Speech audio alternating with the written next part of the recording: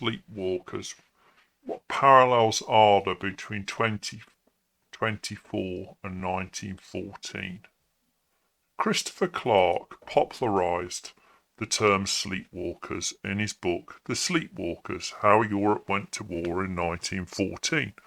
He used it as a metaphor, but the leaders and governments of the time were unaware of how their actions and decisions were leading to the catastrophic war that would engulf Europe and much of the world. In Sleepwalkers, Clark examines the events leading up to the outbreak of World War I. Despite the growing tensions and military build-ups in Europe, leaders failed to understand the potential consequences of their actions. Instead of deliberately choosing war, the leaders seemed to move towards it without fully realizing the risks or alternatives. More jaw, less war, but we still ended up with 4 years of war. Several interconnected factors contributed to the war. Nationalism. Many European nations experiencing intense nationalist sentiment, particularly in areas like the Balkans, where ethnic groups sought independence or territorial changes. This was seen in the assassination of Archduke Ferdinand of Austria-Hungary in Sarajevo in June 1914, which ignited the conflict. Alliance systems. European powers had formed complex military alliances for mutual defence. The Triple Entente of France, Russia and Britain, the Triple Alliance, Germany, Austria-Hungary and Italy. These alliances created a web of obligations, where a conflict between two countries could quickly escalate into wider war.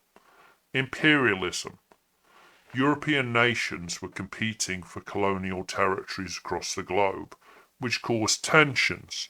The growing rivalries between Germany and Britain added to this instability. Militarism. European powers had invested heavily in military build-up, particularly in armies and naval fleets. The belief in military solutions to international disputes and the readiness of armed forces further contributed to the conflict. Diplomatic failures. Diplomatic negotiations failed to prevent the outbreak of the war. As the crisis following the assassination of Franz Ferdinand unfolded, there was a series of miscommunications, misunderstandings, and a lack of effective communication between the great powers, so they escalated tensions rather than resolving them. The July crisis.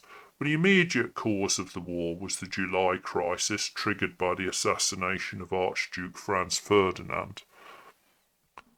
And Austria-Hungary, with the support of Germany, issued an ultimatum to Serbia, whose response was seen as insufficient. So Austria-Hungary declared war on Serbia, leading to a chain reaction of alliances and mobilizations culminating in a wider conflict. Why the sleepwalkers?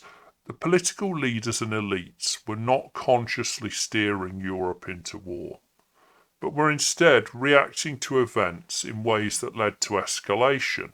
They were caught up in their own systems of alliances, militarism and national interests, and failed to consider the consequences of their actions. Like sleepwalkers, they were moving forward, unaware of the dangers or the facts that war seemed almost inevitable as their decisions stacked up. Clark's work was influential in challenging simplistic explanations of World War I. Instead of attributing the war to any one nation, the Germans did it, it's their fault, think of Blackadder, he argued that the result was almost everyone, a combination of factors. Multiple countries acted in ways which built up collective actions driven by misjudgment, overconfidence, and misunderstandings. In sum, Sleepwalkers illustrates the outbreak of World War I was not the result of some grand conspiracy or deliberate choice, but rather a complex web of history. Now in 2024, we find ourselves again in a difficult position, and there are some clear parallels. Russia has brutally invaded Ukraine and destroyed much of the country. With NATO assistance, the Ukrainians aren't losing, but without military action, the Russians won't lose. Putin's core aims have failed, and a strong party in a war always has to have an out that saves face. What's he done? He's pushed Finland and Sweden into NATO. He's united NATO. He showed the weakness of his own regime, the lack of competence of his military forces, and the poor quality of their beloved military equipment. Putin's drawn China in through alliance. Now, they aren't directly involved, they aren't that stupid. And I don't believe they ever will be. Russia is an opportunity. But they have disputes over land which China believes was stolen from them, and they're a bad weather friend. A friend in bad times that can be useful to stir things up. The Chinese are not partners, but understand that Russia's war has left China in a better bargaining position with them.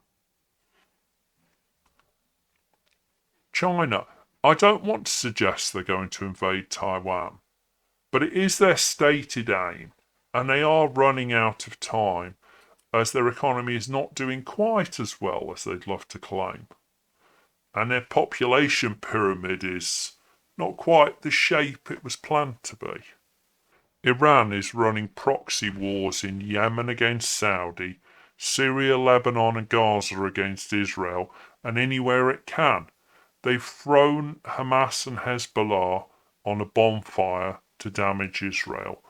All of these have been credible conflicts, and it's more by luck than good judgment that none of these three potential flashpoints have broadened into a wider conflict.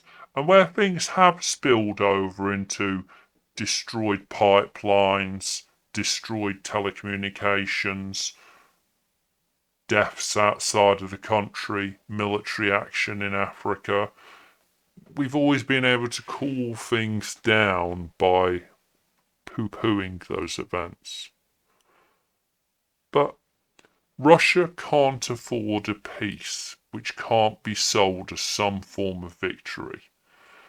Iran can afford to lose terrorists from other countries. They're just like mercenaries, you can buy another one. But Iran wants and needs to be strong. All of these conflicts have the potential to expand. The Israeli conflicts has shown us how many Western citizens are happy to call for LGBTQ plus rights, yet support people who execute children in front of their families and throw homosexuals off buildings. The West doesn't understand the conflict it's facing. Back in the years before World War I, the great powers knew each other. See the thumbnail to this video. These leaders were intermarried. They were cousins. The people had a vague understanding, maybe flawed, of the other warring nations, maybe stereotyped. But they did have a rough understanding. Now we have more varied countries with far more varied motivations and a naive understanding of the history, politics, and cultures. We have a West obsessed with seeing everything through a lens of race. For 2 years, these three threats have gently crept forward. None of them have gone away. Iran has escalated, and their conflicts with Israel and in the Middle East is very much hot.